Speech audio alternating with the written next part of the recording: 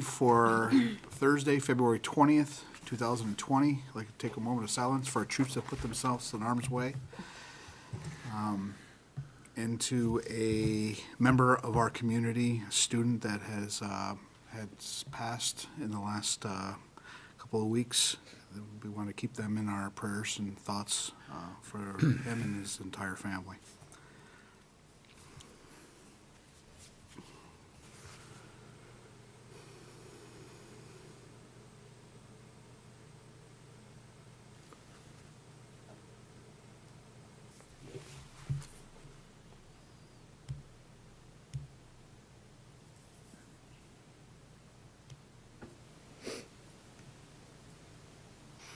You stand for the Pledge of Allegiance, please. I pledge allegiance to the flag of the United States of America and to the republic for which it stands, one nation, under God, indivisible, with liberty and justice for all. Okay, Mrs. Belcher, if you could take the roll call vote, please. Brian Boyle. Here. Lee Doobie. Kim Farah. Sheila Lowe's. Here. Sarah Mockamer. Here. Sean O'Neill. Here. Kristen Savage. Sue Sherman. Here. Jennifer Silva. Seated with the board this evening is the Director of Pupil Personnel Services and Special Ed, Mrs. Susan Rassico. Okay. What I'm going to do is I'm going to move our approval of minutes towards the end of our meeting, and Mr. Duffy is not here, so we won't have the student representative.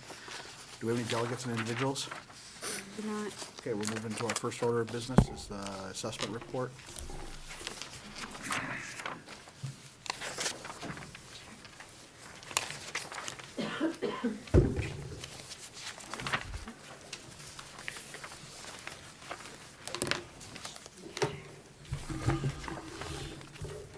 Hi, good evening. I know all of you. I'm Sandy Allaire. I'm the Director of Curriculum for the district. I'm joined here tonight by Lucy Canotis, who is our Director of Elementary Curriculum, and Mr. Mark Patterson, who is our Secondary Director of Curriculum. We're here this evening to present to you a presentation on our state and district building level assessment results. This is in alignment with our school board goal, your school board goal for academics, which is the fourth goal. Just looking. There we go. So the goal states, review state testing and building assessment scores. There was a date of December 15th originally assigned to that. You may remember that our process is to review and vet these presentations through the Curriculum and Assessment Committee. That December meeting was impacted by snow. You graciously allowed us to push this back to give us time to go to that committee. So we've since brought that to CNA twice. That committee looked at it in both January and February. And we got feedback, valuable feedback from that group both times, and it just most recently went to SLT, following some changes that were made as a follow-up to CNA. So in this report, you will see for state testing, we're going to be presenting both district and building results. A request came through our CNA board representatives from this board for 3 years worth of state assessment results, so you'll be seeing 3 years worth of data. You will notice English language arts, ELA, and mathematics. You'll also be seeing results from the state science assessment for grades 5, 8, and 11, as well as the SAT school day, which includes evidence-based reading and writing and mathematics for grade 11. A request through this committee in conjunction with the presentation of the elementary action plans was also to bring you STAR scores. That's the data that is referenced in our elementary action plans, so you will also be seeing that data at the end of the report. And that will be in early literacy for grades K1 and also reading and mathematics for grades 2 through 10 and 1 through 10 respectively. This is quite an extensive report. We are going to do our best to walk you through all the details of it. While the goal itself was pretty straightforward, We felt that it was important for us to provide you with as much information as we can regarding how to effectively interpret these scores. So we'll be talking to you about how the data that we are using comes from the Department of Education through two different reporting platforms. One is used for reporting on student achievement. The other pertains more to school and district accountability. It's a very different process in looking at data. It's impacted by things like participation, enrollment, and so those really represent two different scores. And we felt it was incumbent upon us to be open about how that works, as well as for our viewing public. So, and we're happy to answer any questions you have at the end of the presentation. We also know this is a lot to digest. We are more than happy to come back and answer any follow-up questions that you may have at a future date, if you would like. Okay. So we just wanted to give you an overview of the state assessment program in New Hampshire. So we are going to be looking at 3 years worth of data. Back in 2016-17, our students took the Smarter Balanced Assessment. In 2017-18, that was replaced with the New Hampshire State Assessment System. That's in conjunction with the federal Every Student Succeeds Act, that's also known as ESSA. In 18-19, our students also took the New Hampshire SAS. We'll be calling it the New Hampshire SAS, just the acronym. There were, however, some changes to that assessment that were made. So in English Language Arts, the format of the assessment was changed, and where in the past reading and writing were assessed in an integrated fashion, they were separated out in 2018-19. You'll also be looking at the science assessment. You'll be seeing data for 2 years of that assessment. That's how long our students have been taking it. While that is the same assessment in name, every year the state goes through a process of inviting teachers to come in to participate in a process of reviewing assessment items, to develop new ones, to look at standards and alignment, and they're continually looking to tweak that.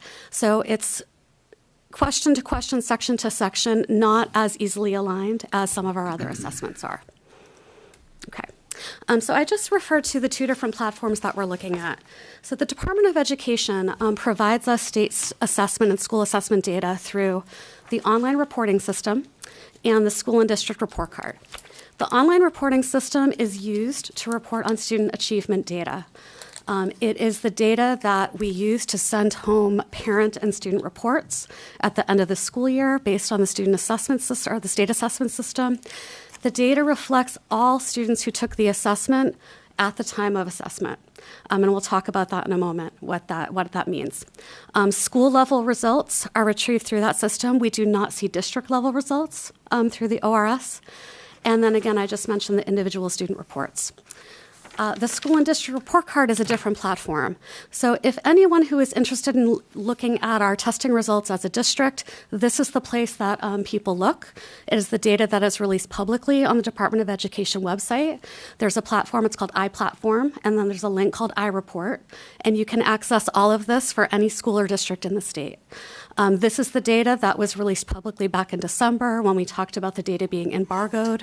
There was nothing there for the 18-19 results until mid-December or so. But all of the data you'll be seeing, you can access on that platform as well. School and district accountability data is coming from this platform. That is also in conjunction with the Every Student Succeeds Act. Results on the school and district report card are impacted by participation.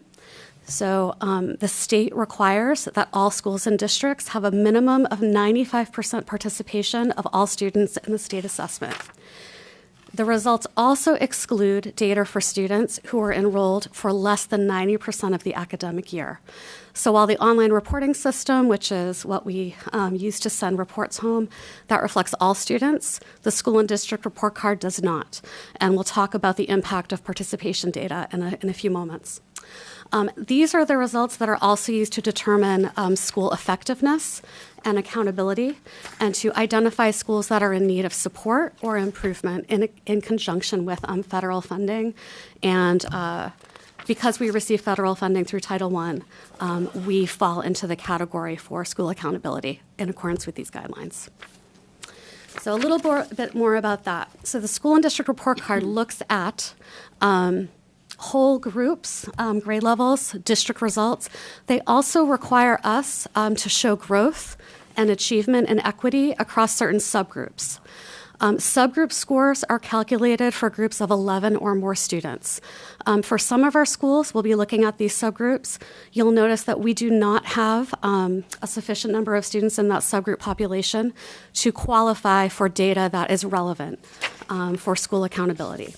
So you may see in some categories insufficient data or not applicable.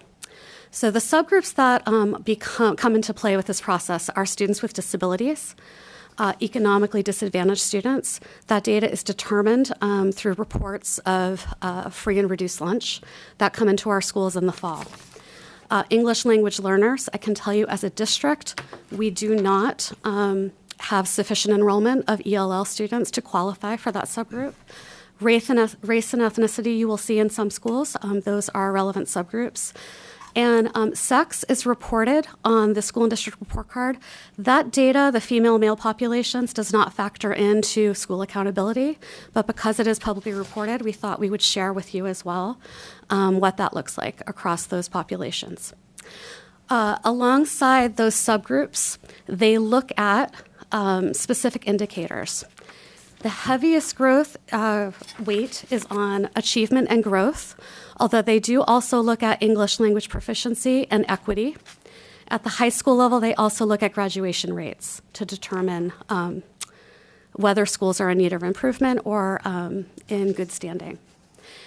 From that data, the government, the DOE, determines if schools are in one of these three different categories or in good standing.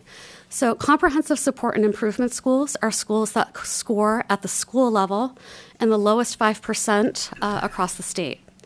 TSI, which is targeted support and improvement, and ATS, additional targeted support, are identified as being in need of improvement based on the scores of one or more of their subgroup populations. So those are the designations that could potentially be assigned to schools. As we mentioned, they do look at participation in addition to achievement. So the Department of Education, because we receive Title I funds, there is an RSA, it's RSA 193C:6, which is assessment required. It was amended in 2018. That law allows parents to reach out to schools and to request to opt their children out of taking the state assessment. Parents are legally allowed and able to do that. We have a process for that in our district. We have forms available in our schools. That law, however, is trumped by federal law. So because we receive Title I funding, and this is taken directly from the Department of Education Technical Advisory on parent exemptions in the statewide assessment, which dates from 2018, all schools that receive this funding are required to ensure that not less than 95% of students participate in this assessment at both the school level, but also across all subgroups that we just talked about. And then the way that works, this is also from the technical advisory, it states that unless a student has, and you can look at these different requirements, but serious illness or medical emergency, severe emotional distress, death in the family, qualify for an alternative assessment, or participated in another state's assessment, that student is counted in our data for participation. The way that works is that if a school, subgroup, or at the district level falls below 95%, the differential between the participation rate and 95, those scores are counted as zeros in our scores on the school and district report card, which is used for school and district accountability. So, and you'll see the example that they provide here. If a school has a rate of 92%, 3% of those scores, 95 minus 92 is 3%, is included in accountability as zeros. So tonight, we feel it's important to provide both platforms to look at the data for student achievement as well as accountability, as we do have some schools and subgroups that are affected by this rule, this federal guideline. So an overview of the district level. 2019, these are students who took the assessment last spring. We are looking at accountability data based on percent proficient. So the Department of Education determines cut scores for scores of 1, 2, 3, and 4 different levels of proficiency. Those are determined by the Department of Education. Levels 3 and 4 are considered proficient. So what you will be looking at tonight are the percent of students at the district, school, or subgroup level that met 3 or 4, which are considered proficient. We did provide for you back in November, there was a request for raw assessment data. We did provide that to you back in November. That data, those packets, provided raw scores as well as scaled scores. In those packets, you'll also see standard deviations per pupil by the different assessments. So if you are interested in that information as well, I believe you have that. We're also happy to provide that for you if you would like an additional copy. So tonight, if we look at ELA, math and science participation at the district level, you'll notice that as a district for the science assessment, we did fall below the 95% mark, which means that 2% of all of our scores were counted as zeros for school accountability. You'll notice we did exceed the state average in English language arts. We fell short in both math and science. What was new for 2019 is that the state did establish targets. These are not averages, these are targets that the state sets in the areas of both English language arts and mathematics for all students across the state. And you'll notice that the state itself, the state average, fell short of those targets by a little bit more in ELA, but they were very close. The state average was very close for mathematics.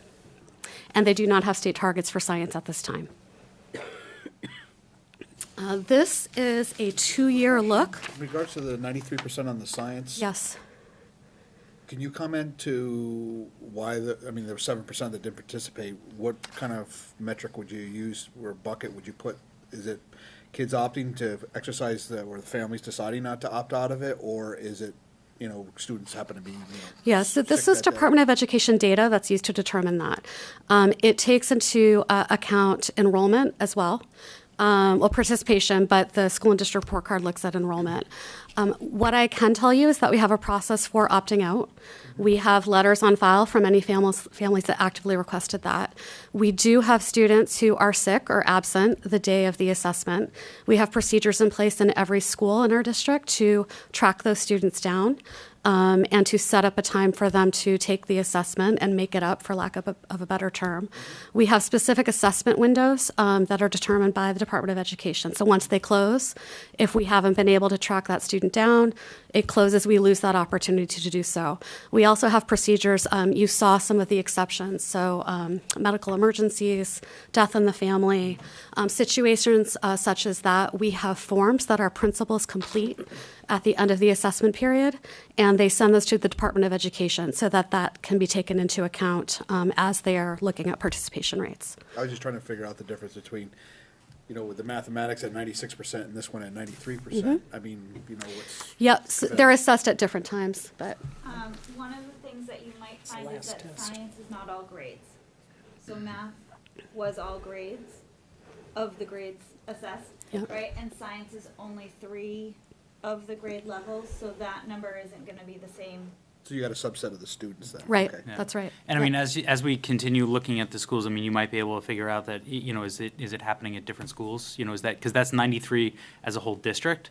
So there might be some schools that have higher or lower numbers, Yep. and but within those schools, to your question, we don't track of which kids are opting out versus which kids are sick that day, which kids, so we don't have those metrics. This is just the data from the state. The state doesn't have those metrics.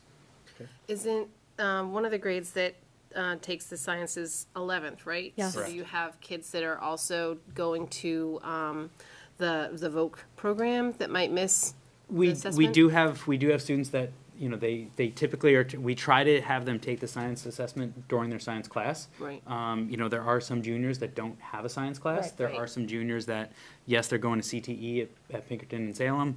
And so we try to track those kids down. There's just, we have opportunities for them, but when the window closes, if they Yep. still haven't taken it, they still haven't taken it. Right. There's only so much we can do to get kids to take it within that window.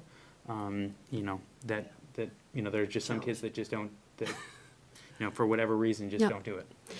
And you know, it's hard to say for sure. I mean, we can make a variety of assumptions about the data we see.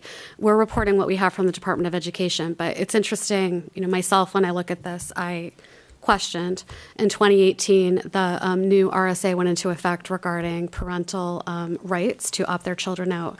And if you look at our participation rates between 2018 and 19 at a district level, again, there's a whole variety of factors that could come into play, but we do see a dip across all three categories that we're assessing. So, you know, I presume that it's primarily because of opt-outs, but there are a whole bunch of other factors that come into play. So, I'm just going to make a broad statement here, but I'm going to be that person to ask you to come back at a future meeting, sure. because there is, I was able to glance at it after it went up today. Yep. I mean, just glance at Yep. all of this. And I really need time, once they give this presentation, to kind of digest this. And we So- anticipated that. Okay. We did. So do it again? What do you think? I don't want to do it again. I don't No. want them to have to present it, but I'd like them to come in once I've Absolutely. had February vacation Sure. to sit down and open all this up and really look at it. We're happy to do that. And I hope, you know, while your goal This is was a lot of pretty, work. I thank you for recognizing that This is because a lot of work, and I thank you for it. you're welcome. It is a lot of work, and It's a lot of work.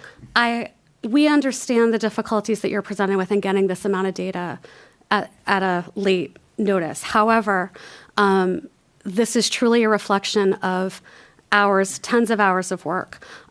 We've been in direct contact with people at the Department of Education. We've had feedback from Curriculum and Assessment on 2 occasions from SLT. This has been a revolving process. This is why I want to take Absolutely. the time Yep. with it, because, you know, Yes. I understand you couldn't get it up any sooner, or Sure. whatever the issues were. Yep. But I understand, and both the school board reps explained how Mm-hmm. much work and how many hours and so forth this was. Sure.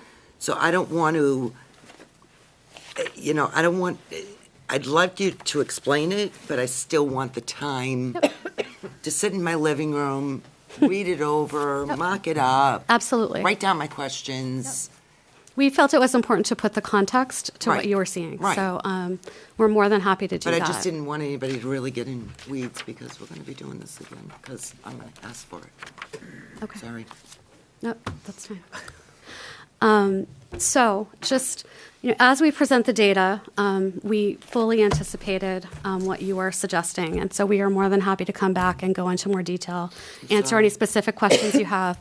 However, we will move quickly because I do know that you have a full agenda. We're happy to pause if you have questions. We'll try to highlight certain things on each slide, knowing that you will want to go back and look more thoroughly. But we'll move through it. And I don't want to discount what you're doing either. That's the issue. That's okay. I don't want to, No, we don't think that that's okay. there's a lot of, there's a ton, and it's just, it's a little overwhelming It'd for me make more right now. sense to review it, and then you talk about it versus. It just, like I 90 said, to it's 20 so 90 much to work. 90 minutes, to a couple hours presentation, and go, you know, you could spend And 3 then what 4 nights happens on is the this. next week after I've looked at it, I've got more questions, and that's what ends up happening with me. I'm sorry.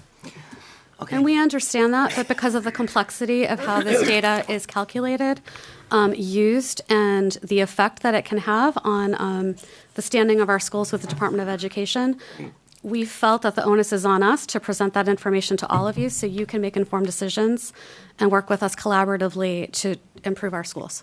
Right. So with that, I'll move forward.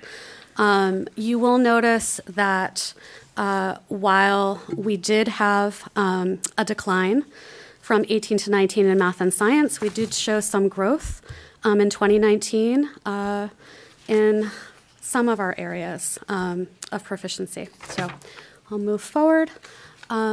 This is a different view of the same slide that you were just looking at. It's looking at 18-19, Timberlane, you see there in red, compared to the state averages. So this is at the district level for English language arts, math, and science, 18-19.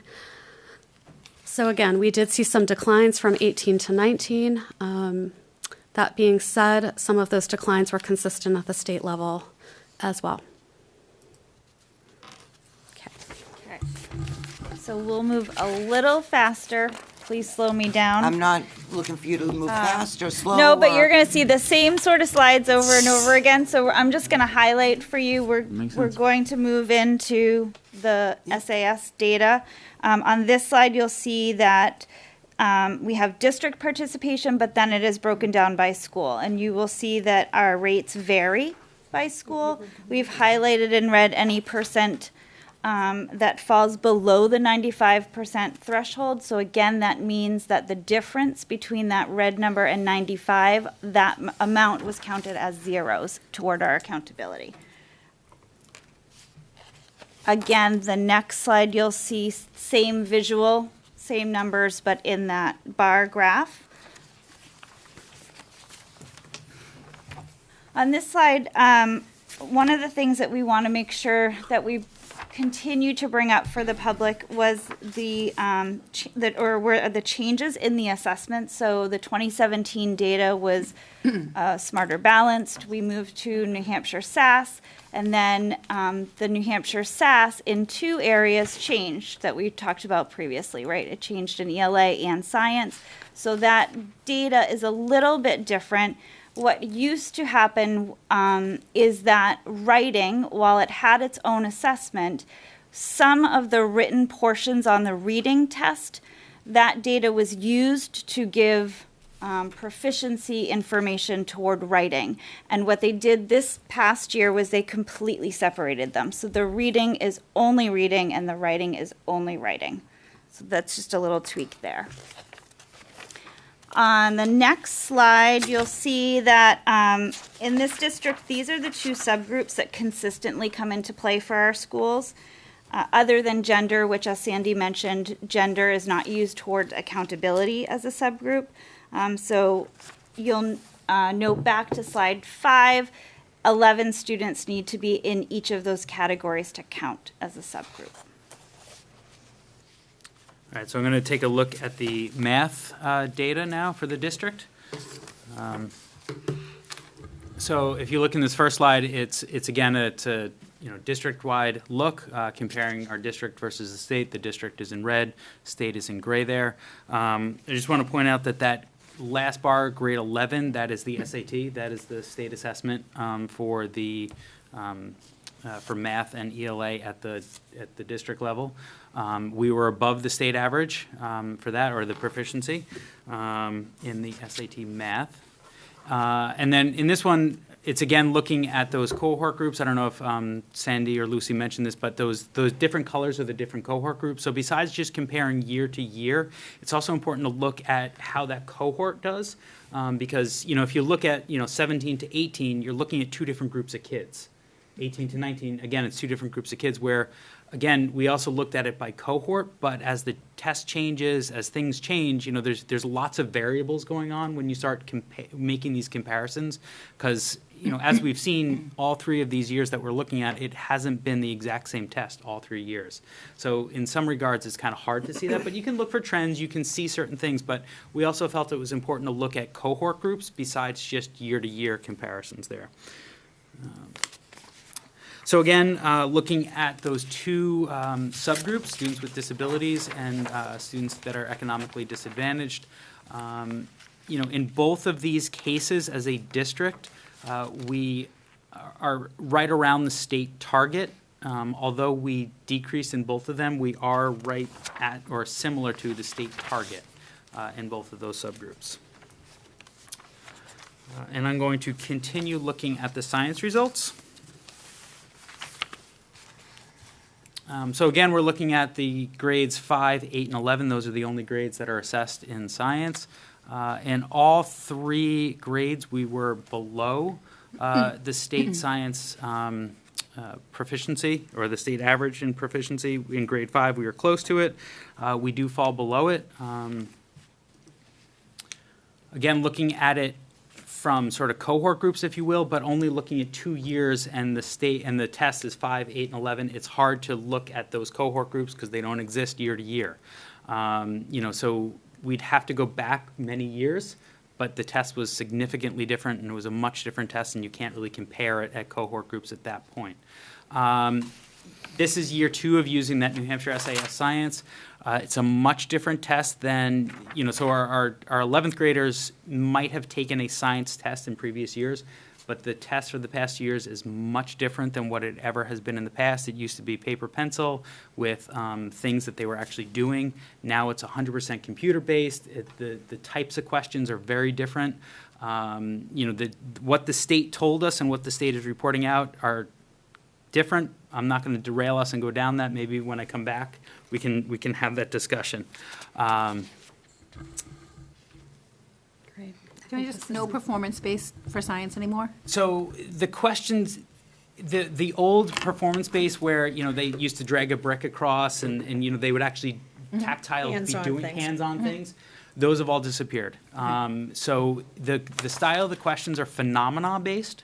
They're not performance-based. So the questions start with a phenomena, whether it be, a solar eclipse, whether it be, evolution, gene pool changing. But they're all phenomena-based. The kids have to read something. They're given a scenario, and then they either have to design a lab about it, interpret data about it. So components of that inquiry-based is still there, but that hands-on piece that kids were successful with went away, and it's all computer-based now.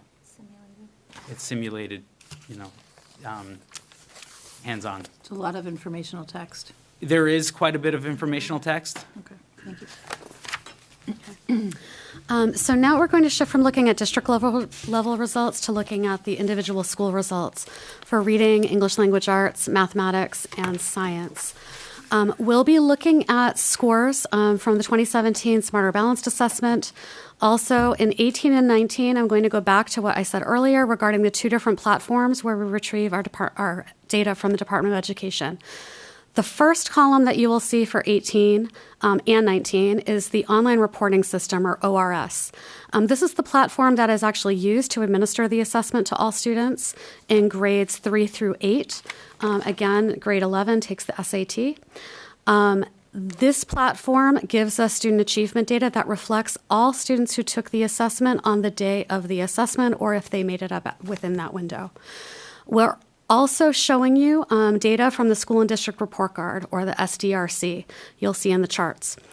This is the school and district accountability data that reflects adjustments that are made based on student participation rates, attendance, that should say enrollment, and I'll remind you that for data to be counted for a particular student, they have to be enrolled in the school for a minimum of 90% of the school year.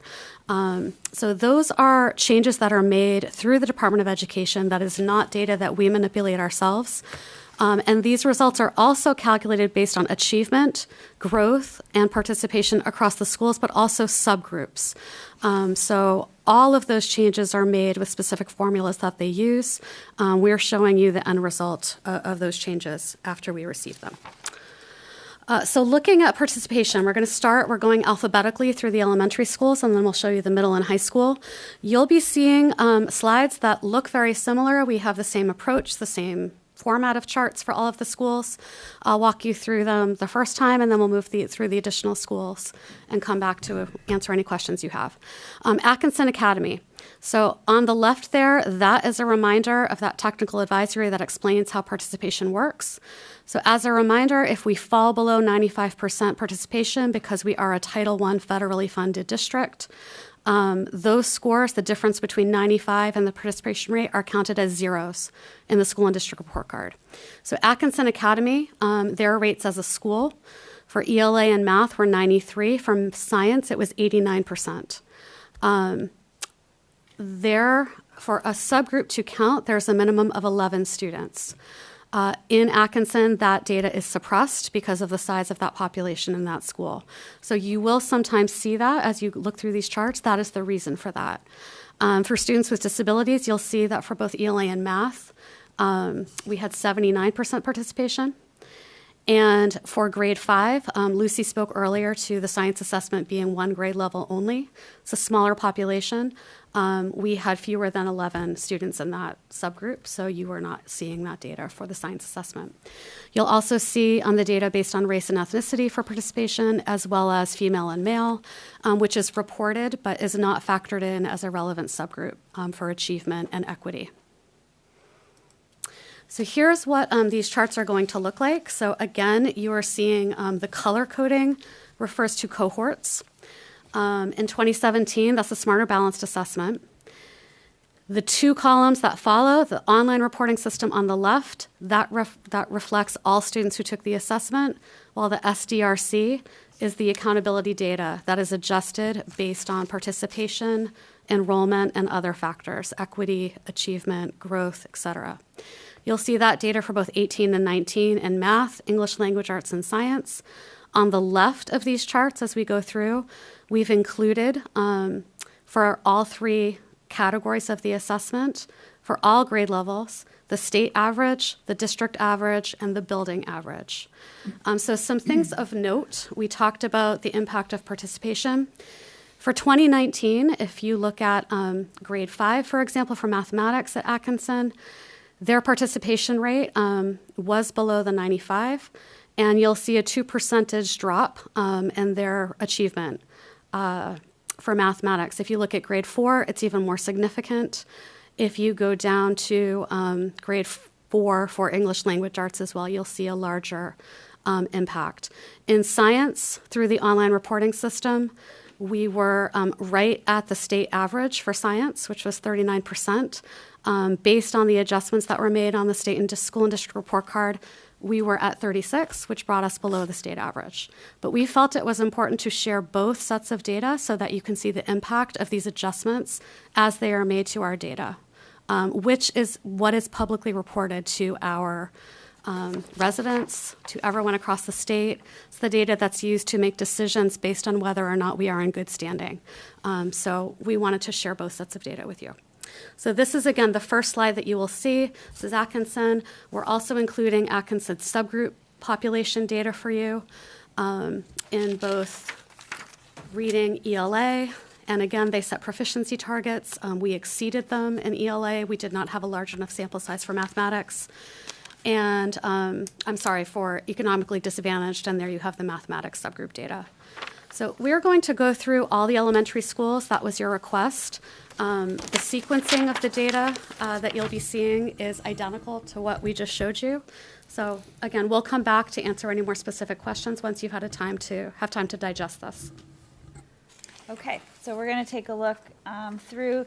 You'll notice that Danville's participation rates were not affected other than girls in grade 5 for science. But again, that does not count against us when it comes to accountability.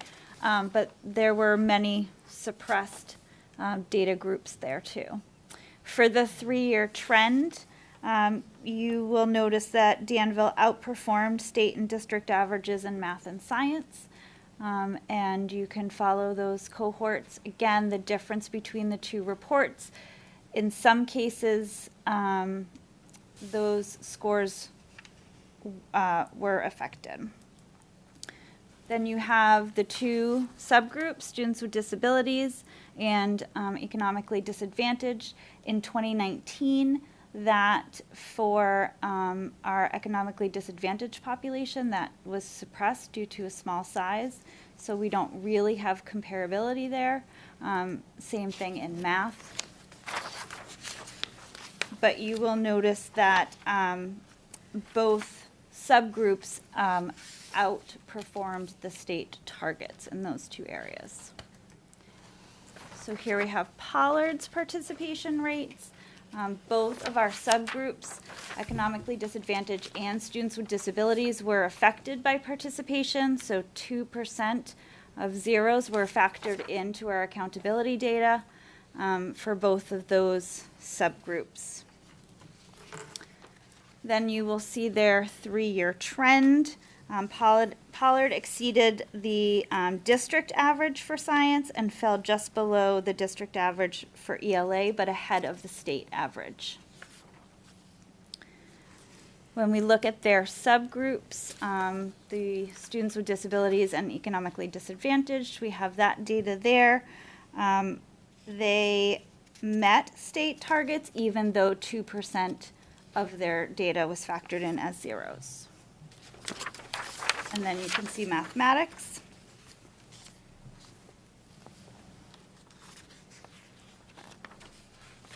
Sandown North participation rate, you will see that there are a few red numbers there.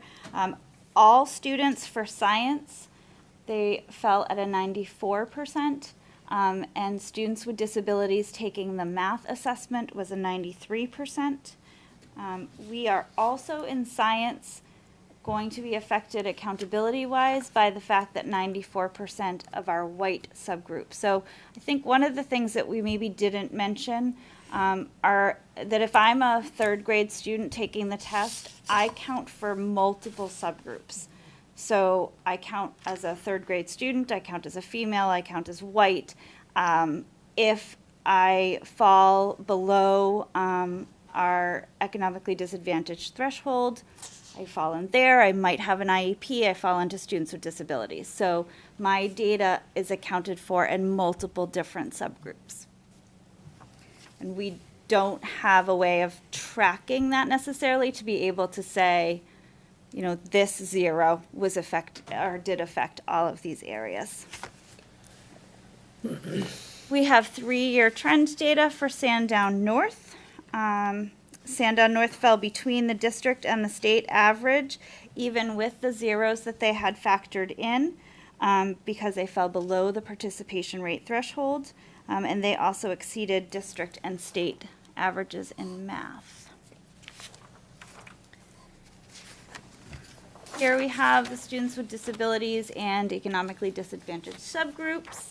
I think the other thing to note on these subgroups that is important to mention is that in 2018, our 3rd and 4th graders do become 4th and 5th graders in 2019, but we lose the 5th graders we had the year before, and we take on a new group of 3rd graders. So although we're comparing those proficiency levels, it isn't the same exact group of kids in those 2 years.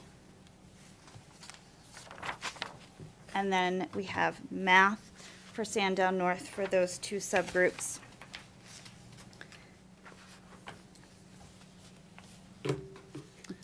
So then we move on to the middle school, and again, it's the similar format.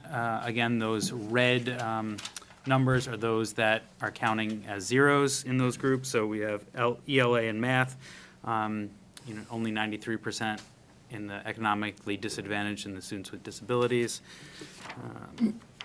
Again, that 3-year trend with the cohort groups, it's similar style that you've seen. Just pointing out that in ELA, we were above the state average, and we were similar in other areas. When we look at the students with disabilities in reading ELA, we were above the state target. In students with disabilities, whereas with students economically disadvantaged, we were below the state target in that one. Mathematics, we were right around the state target in both cases, in both subgroups there, with students with disabilities and students economically disadvantaged. Now we're going to look at the SAT school day. I believe you've seen some of this data, a little bit more, more years of data in a presentation earlier in the year with Mr. Woodworth and myself. We were there and we talked about this. But just to remind people, where in the spring of 2019, all students took the essay portion of the assessment. So that was new for the state. Previous to that, all kids took the sort of the reading writing portion. And the math, then kids could opt into the essay portion. And this year, the state, or in 2019, the state said that all kids had to take the essay portion. So that was across the board. It was also the first year that states could choose to do the computer-based version of the SATs. Since it was the first year, we sort of decided that let the state work out some bugs with the computer-based version of it. We stuck to the paper-based version of the SAT for the 2019 school year. So going into it, we kind of thought that the essay portion might be a stumbling block for some of our students who, making them, all those kids take it, and that the fact that they were writing it, where they'd done a lot of work on computers. They sort of grew up typing. So we weren't really quite sure what was going to happen with the results, but we were actually quite surprised and happy about the results. So again, the participation rates at the high school level, you'll see that these are probably the lowest rates, some of the lowest rates in the district compared to the schools. Especially in our economically disadvantaged and students with disabilities, very low rates for the ELA and the math on the SATs. And again, when you look at these scores, we are above the state average in both mathematics and evidence-based reading and writing. That was the one that we were surprised at. We were happily surprised that we did as well as we did, realizing that all kids were going to have to take that writing portion of it, and that's all kids across the state were taking that. So it was just one thing that we were excited about in that regard. This is just another way to look at that data. I'm talking about the writing part that we did really well on. I have to give a lot of credit to the three deans, Jen Popek, Tim Guanci, and Jen Mitchison, who really worked hard at getting our teachers and our kids prepared for this. We knew this was coming, and so I'm going to talk about this a little bit later in more detail, but Jen Popek really spearheaded, she's the dean of ELA, or English and World Language, and she really spearheaded an effort to get kids writing and to do practice writing and work with our English teachers to really help kids understand what they were going to be writing about and how to write, and then working with our science and social studies teachers to get them to have our kids practice an essay, read a prompt, practice an essay in their discipline. So it wasn't just this random essay, it was a discipline specific, and she had a lot of buy-in from the staff. And so I think it was really effective way to help our kids get ready for this essay. So I just want to publicly thank the deans and the work that Jen Popek did on getting that for our kids. Again, this is just looking at that data a slightly different way. Again, in 2019, our kids, in math, did above the state average.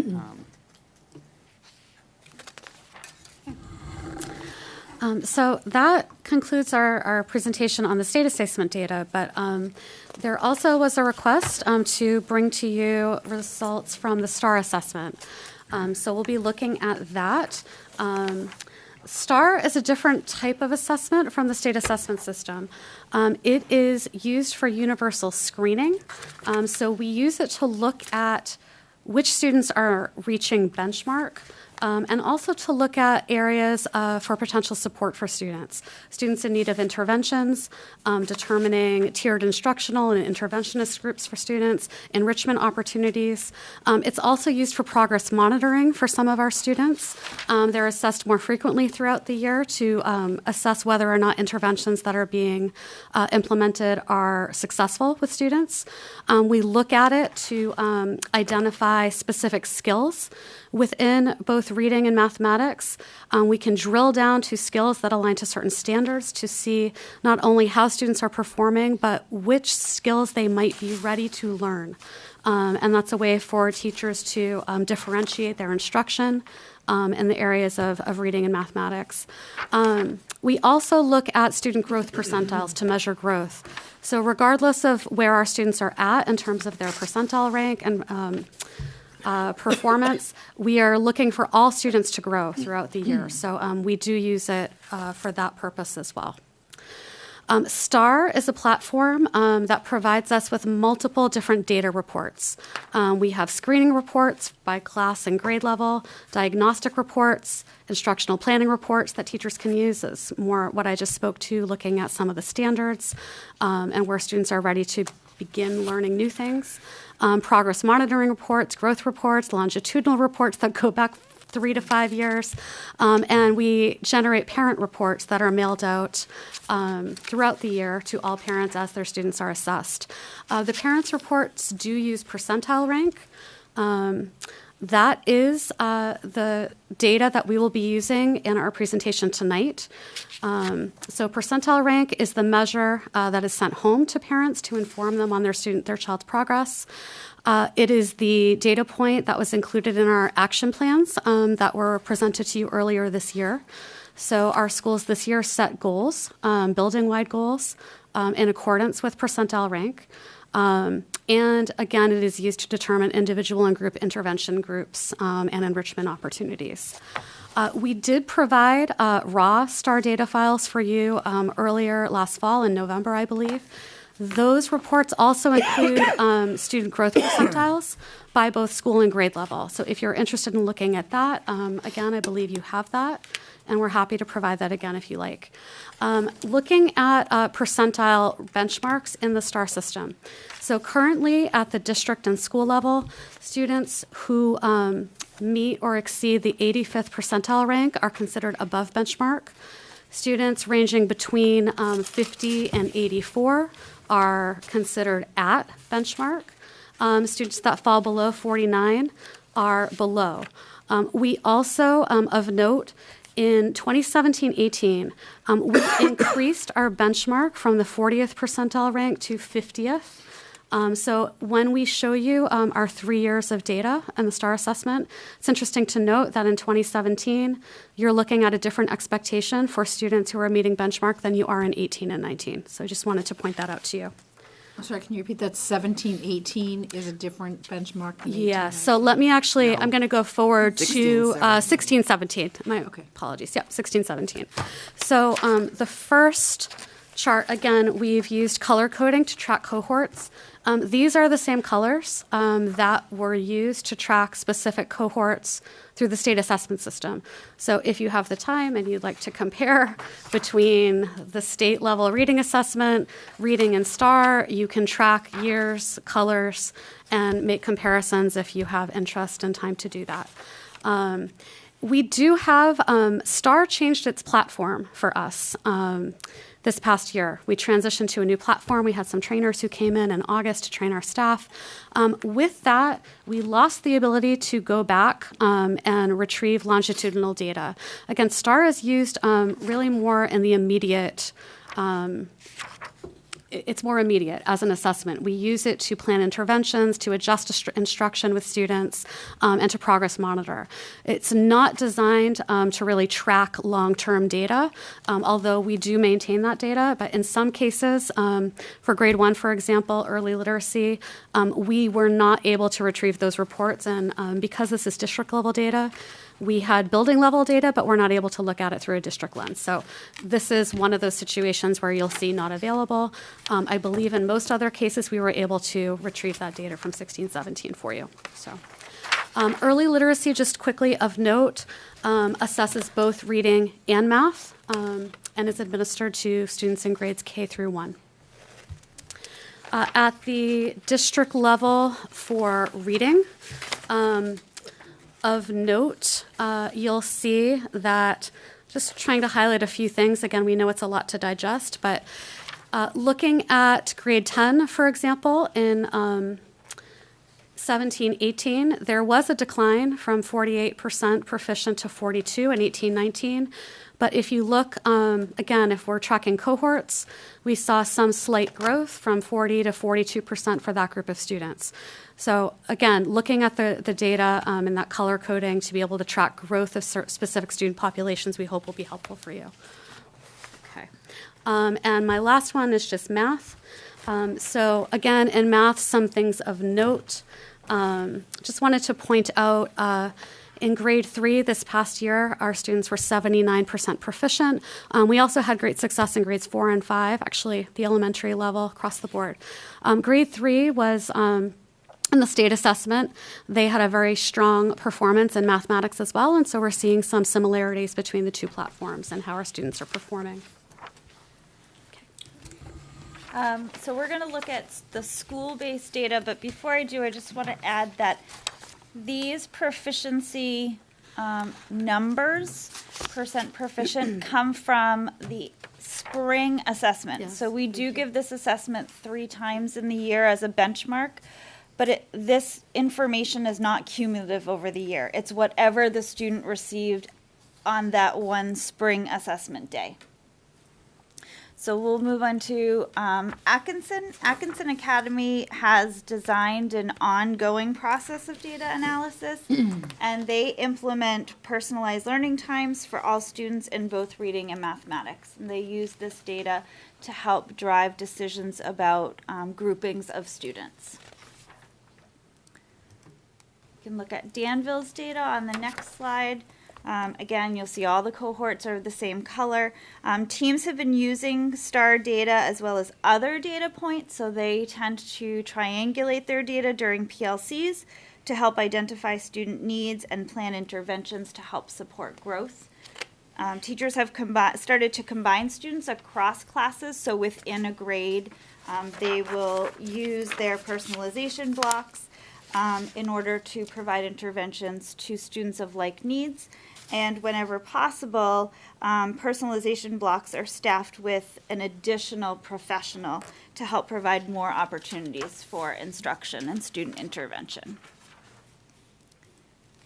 We have Pollard School's data. At Pollard School, this data is used to see trends with the larger population of their school. This allows them to assess their instruction so they are better able to meet their students' needs. Grade level PLC teams review detailed data from STAR to create personalized learning experiences. You're going to hear very similar things from school to school because this is what we use the data for. And we have Sandown North. We have somewhat put the Sandown schools together, although not every student who goes from TLC goes to Sandown, but as a way to try to keep the data through from kindergarten through 5th grade in the same place. We've sort of put them together there. So Sandown North, along with data from other formative and summative assessments, their educators are utilizing STAR data to look closely at core instruction and target next steps to advance student skills. And so at the secondary level, STAR data is used as slightly different. We don't have as much flexibility as, say, the elementary schools with moving kids or making centers in the rooms and things like that. But we still do use STAR data for certain pieces. So in math, STAR data helps us determine placement for students with those math courses that they're going to be taking. So from 6th grade to 7th grade, 7th grade to 8th grade, those STAR results and that data is helped to make those decisions. STAR is also in reading. STAR has also helped with our Tier 2 interventions for reading and maybe during literacy block or reading block. Kids are they might use that STAR data to help them decide which teacher they're going to go and work with, or that's really where the flexibility lies. It's more in some of those cases. Whereas at the high school, it really is about the classroom teacher looking at that STAR data, looking at in the fall to the winter to the spring, and seeing where those kids are at different levels, and really digging into those reports that you get about individual students and looking at what are those skills that those individual students need. So at the high school level, it's not necessarily about moving kids with that STAR data. It's more as the classroom teachers using those individual student reports. So with all of that data, really, the real question becomes, well, what are you going to do with all that? Well, how are you going to, what's the point of all that?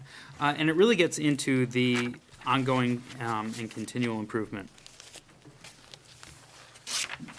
Ooh, it's a flashy one. There's a lot of clicking involved here. Okay. I'm just going to bring them all up because you have it right in front of you. Okay. So here are some of the things that we have spoken about before. They're ongoing. This is our data-informed action planning.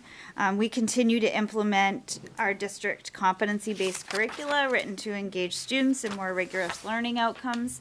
We improve the use of our formative assessments to help with the data that we collect. We need to look at different data points and triangulate that data to intervene sooner. We target instruction to address student areas of weakness. We often also look at student enrichment opportunities with the STAR data, so where we can move students in an enriching fashion. We offer students blended and online supports, content and skill acquisition. We make changes to our instructional blocks and instructional practices based on what we're seeing, and we more fully implement and support RTI in our response to intervention models.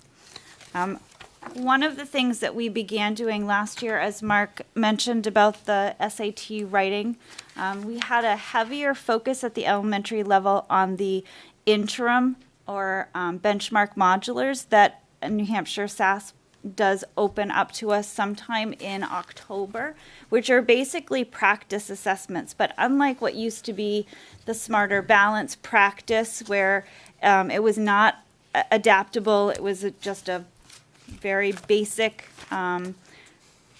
question and answer that we could put students through. This is much more used now as whole class instruction, but then also for some formative assessment in order to and give some information to teachers about their instruction moving forward. So last year in grades 3 through 5, we started to use these interim assessments and modulars as a way for teachers to collect data to design their instructional lessons moving forward. This year, we have continued that. Elementary curriculum coordinators are also creating a second grade reading and writing based off of what we've collected and seen of third grade. We're sort of making our own modeling after. So this year, second graders will try one reading assessment, and next year we will move into both the practice of reading and writing. Again, a very focused way to prepare our students for the type of questions and the type of assessment that they will be seeing.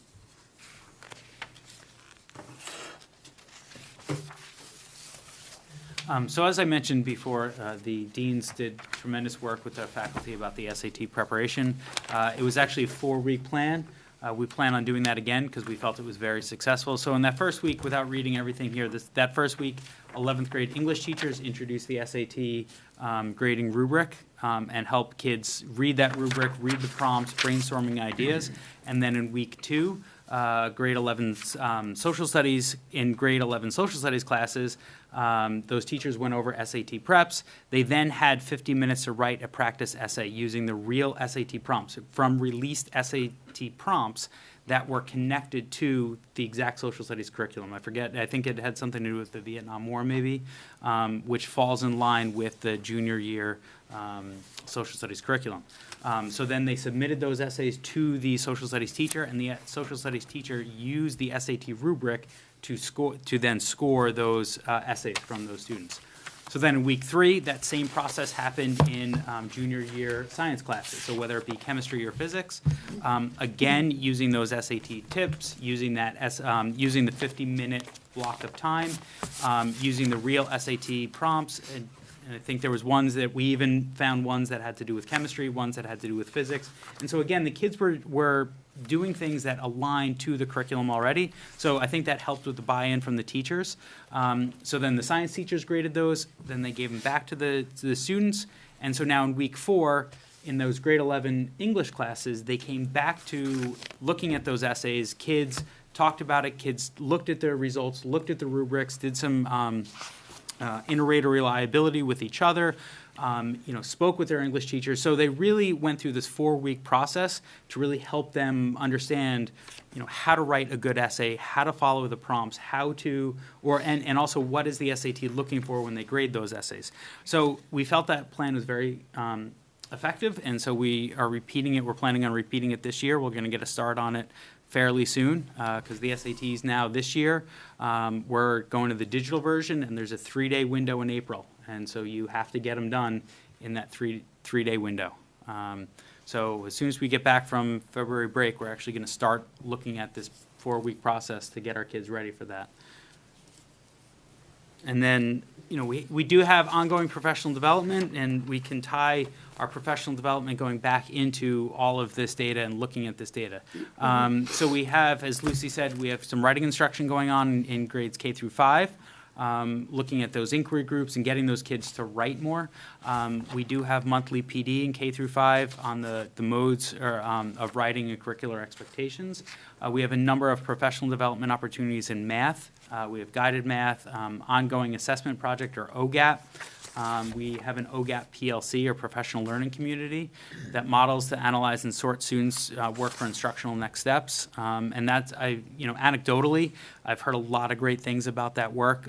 We have teachers really excited about that. We have some secondary teachers who are asking about, what's OGAP all about? How can I get involved? How is this going to help our kids? So I think there's a lot of good buzz about that. The NGSX training that we've sent a lot of our science teachers to is helping our teachers see phenomena-based, which is exactly what that test is about, doing inquiry. And although it's not, the hands-on projects that they're being assessed on, it's that sort of experimental design and the inquiry piece, even though it's computerized. I think the NGSX training is really going to help our teachers, help our kids with that.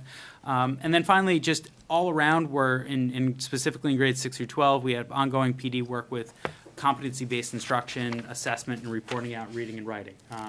Reading, writing, and speaking is now a competency, or those competencies are found in all of our curriculum documents. So all of our teachers are being held to teaching and assessing reading and writing, whether they're science, math, social studies, whatever. It's not just the English teachers that are doing reading and writing. So, what does reading and writing look like in science and social studies? So I think it's really showing the kids that reading and writing is important across all grade level or all curriculum areas. So I think that's then helping reinforce, those ideas, and helping our kids get stronger in those areas. So that concludes the presentation. And again, we appreciate the opportunity to have the time to dig in and do the research that we needed to do to present this to you in a thorough manner, but fully understand that you as well need the time to be able to digest it. So we're more than happy to come back and answer any questions you have at a future date. So Again, I want to thank you all Yeah, for the time, the effort, for putting this together. I know it was a ton of hours. Just need a little time to absolutely, yeah, digest it all. absolutely. So thank you again. concur that as well. Kim? Can I just ask a quick question? Is any of this data for the high school included in the NEAS self-study? I don't believe they look at assessment data. I don't believe they do. Where is the self-study posted? The self-study, I'm not sure, Mrs. Belcher. The self-study, not the report, the self-study. Is that self-study posted? I'm not aware if it is. I apologize. I didn't have involvement in the self-study itself as building Okay. level as opposed to district level. Does I'm not anybody sure have if it's that? posted.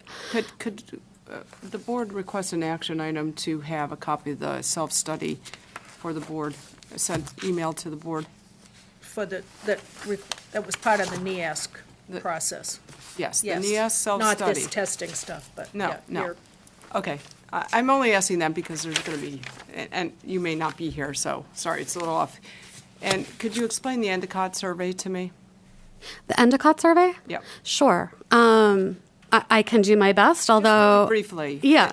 It- So the Endicott survey is something, NEASC has actually used that and provided that to schools starting their self-study. So it is a survey of sorts that can be given to students, staff, parents, their different subgroups. And it is a way of getting data on a variety of topics that gives you a starting point, a jumping off point to begin the process of the self-study. So it's almost the entry point for many school districts as they begin the accreditation process, the 10-year cycle. Okay, so it's a validated survey. Yes, I don't feel comfortable speaking to the validity of it. I, again, was not part of the NEASC accreditation process. I was there to meet with the visiting committee, Okay. but was not involved in the self-study last year. Okay, but we have the survey data somewhere. I would assume we do. I can't answer that. Is there anybody here? You're sitting in for the superintendent, can you answer that question? I don't know, but we can look into it. I would like, as an action item, per policy, the superintendent to report back to us on some of that Endicott survey data, because it was rather troubling from what I was reading in the NEASC report. Okay. There were certainly a lot of accommodations, and I respect that, and it was a good job, but I was kind of surprised by some of that survey data. Okay. And, I would also like to see what the self-study said, because I'm also quite troubled by some of the comments that were made in the NEASC report. So, and I would imagine it was based on a self-study, which the school board hadn't seen, which the board is going to need to address, probably from a legal perspective. I can't, I'm done. Thank you very much.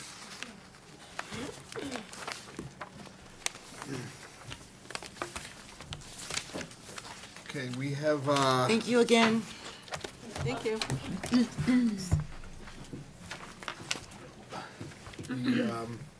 our school district attorney is here, and I had asked him to come because we want to give, he wants to give us an update in regards to a couple of board matters.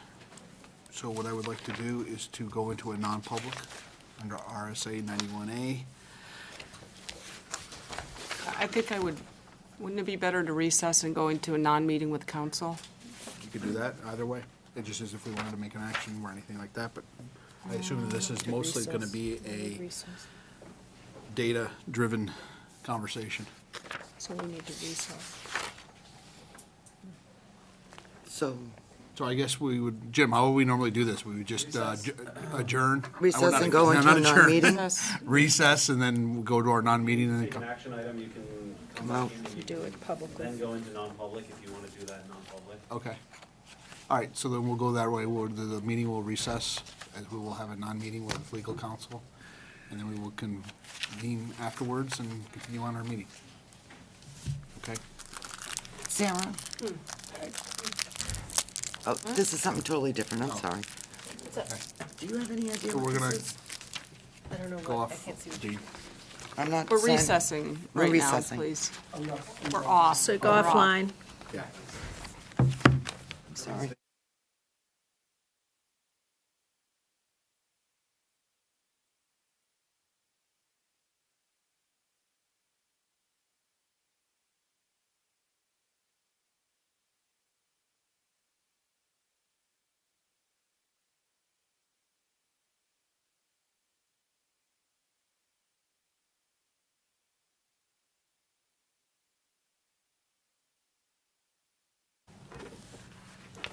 Okay, we're back in session for our school board meeting.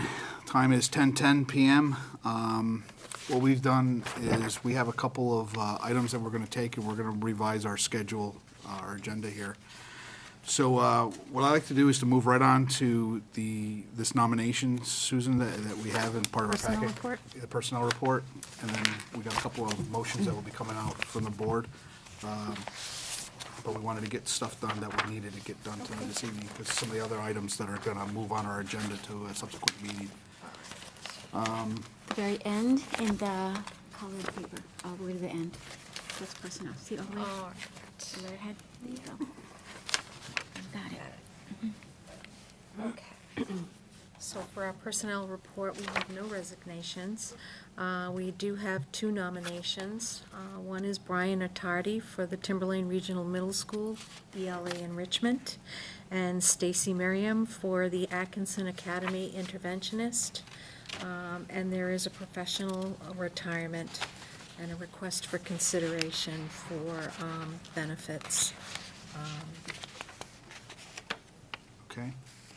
So let's do these in the In order. nominations. So I will make a motion to accept the nominations of Brian Attardo and Stacy Merriam. Okay, motion, is there a second? Second. Motion made and seconded. Any further discussion? If not, I'm gonna call a vote. All those in favor? Unanimous? I'd like to make a motion to accept the retirement of Diane Chevette, Sandown North Literacy Specialist for 22 years. She is a fantastic lady. She will be missed. Did you want your motion to include? And to extend the- Granting her And to the- extend The retirement incentive. the retirement incentive Payout. payout. Yeah. And I'll I'm sorry, I was just gonna second it when you were done.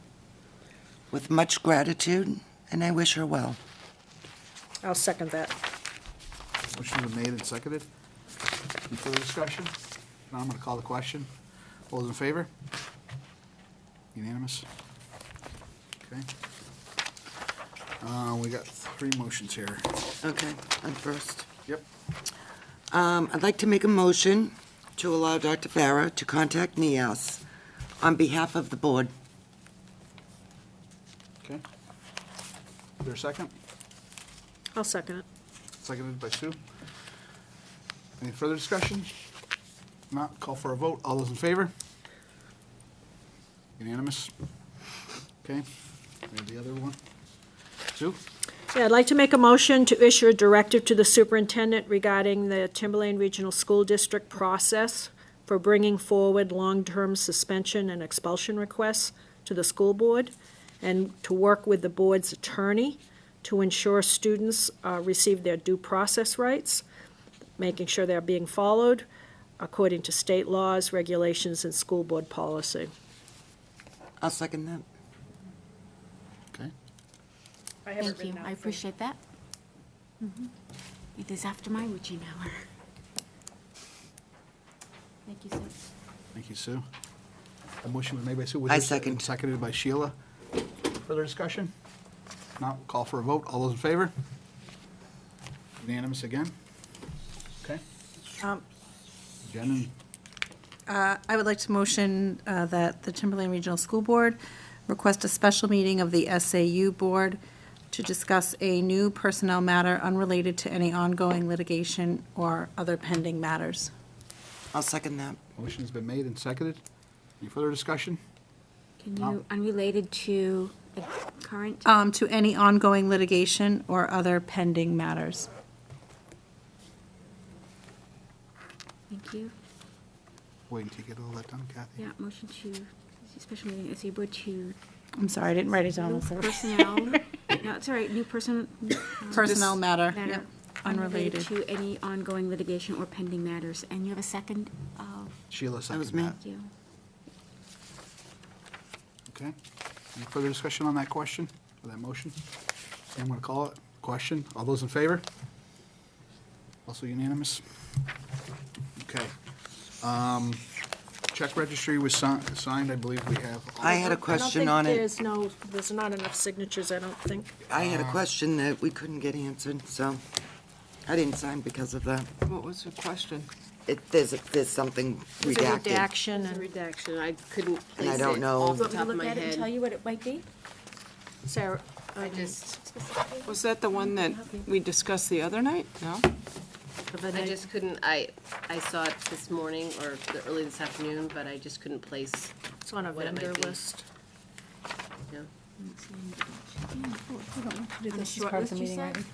Is it on a short one or a couple No, pages? it's a long one. No, it's a long- It's the longer vendor. one. See it blacked out? Oh, and this is for, this is accounts payable. This could be, it is likely a person's name. I don't, oh, it's. That's what I was thinking. Oh, look at that, Jeff can Mr. help Dowd. us. Yeah. He probably can't do it, he's just gotta go look it up. I didn't realize he I know was still exactly where here. the stack is. Yeah, she did it today, right? did it You today. yeah. But you need a couple more signatures. We're going to adjourn, but can I just make a statement before we adjourn, Just please? wait till, what we're going to get from that. If it's redacted, it would be protected. It's either, right, it could either be special ed or making event out. It is a person's name who's getting reimbursement through the school district Okay? for $1,300. Okay. Did you have No, I'd just like to make a statement. I want to express my thank you on behalf of Josh Rodriguez's family. I cannot express enough the outpouring of support through the Sandown residents, but through the whole Timberlane district. I've never seen a district come together like this district has for this child and this family. I'd love to mention 1 million people, but I know I'd leave somebody out, and I just won't do that. So if you sent a meal, if you gave, if you went to the Mercy meal, if you just called them and said you're sorry, thank you. Thank you very much to the entire district. That's it. Thank you, and well said, Sheila. Okay, We've been pretty busy for the last 2 weeks with a lot of hearings, and I think a lot of us have, it's the term we've been hitting our witching hour, as someone said. Everything else on our calendar here, we'll push it on off to the next meeting, and we're going to be adjourned at 10:18. So, good night, everybody. Night. Jeff, thank you for the financials today.